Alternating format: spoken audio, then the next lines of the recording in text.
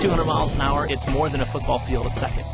So just imagine, one end of the end zone running all the way across the field to the other end of the end zone in about 0.7 of a second. That's 200 miles an hour.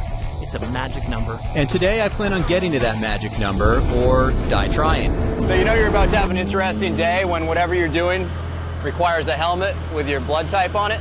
And a day with world-class driving is definitely interesting, especially when you're at one of the 200-mile-an-hour club events like the one today that brought us to a little used airfield in the middle of the Florida Everglades. So when you're sitting around with your buddies and you're all talking about, hey, what's the fastest you've ever driven? And someone goes, yeah, well, I got up to $140 once on I-95 in the middle of the night. And someone else is like, yeah, I got the old Monte Carlo opened up on I-80, got up to 120 once. And then you just wait till the end now and you say, well, I did 200 once on a supersonic runway in a Ferrari. That's the point of this. It all started with this guy, Jean-Paul Libert, a former Belgian racer whose goal now is to bring the adrenaline of the track to the average person, or at least the average person with a day off and about $5,000 to spend. Obviously, that's a fair chunk of change, but when you look at the cars you're driving, it's probably a fair deal. They're basically driving about 2,600 horsepower worth of vehicles and about $2 million worth of vehicles. Jean-Paul's plan is that when the 200th person reaches the goal, he's going to shut down the program. So it's an exclusive club, and it's not as easy to join as you'd think, even on a 2-mile-long track like we've got here. You're pushing a lot of air. There's a lot of energy that needs to be built up in that car to get to that speed. We have a 2-mile runway here. We're going to be at about 140 miles an hour in the first mile, about 180 miles an hour in the mile and a quarter. It takes almost another 3/4 of a mile to get 20 more miles an hour out of it. So you literally need almost a mile just to get from 170, 180 to 200.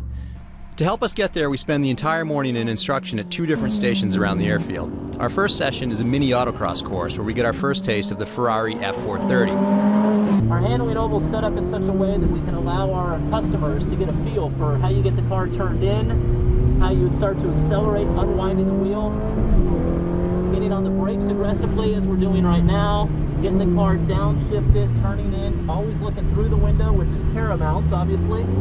Accelerating up through the gearbox. Second gear right now, about 8,000 RPM in the third gear.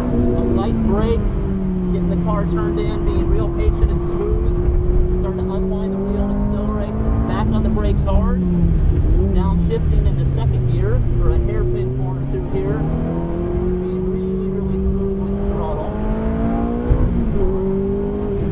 On the brakes, downshifting, looking through the corner. And all of this is in an attempt to get our customers comfortable with the fact that once they get out on the runway, it's all about corner entry and corner exit speed, meaning that you need to have at least a 75, 80 mile an hour run from the taxiway out onto the runway, otherwise you might not make the 200 mile an hour. Equally so, when you come off the throttle, you need to make sure that you get the car slowed down and actually have it in such a way where you're no faster than 75 or 80 miles an hour as you come off the runway. So really it's about exit speed and RPM. If you get those two things right, you're going to have a good run and probably make the 200 mile an hour barrier. The next car up, Ferrari's less refined Italian cousin, the Lamborghini Gallardo Superleggera, the lightweight version of the Lamborghini Gallardo. Now, neither of these cars will actually crack the 200 mile an hour barrier, but hey, if someone's going to give you a chance to drive a Gallardo and an F430, why not?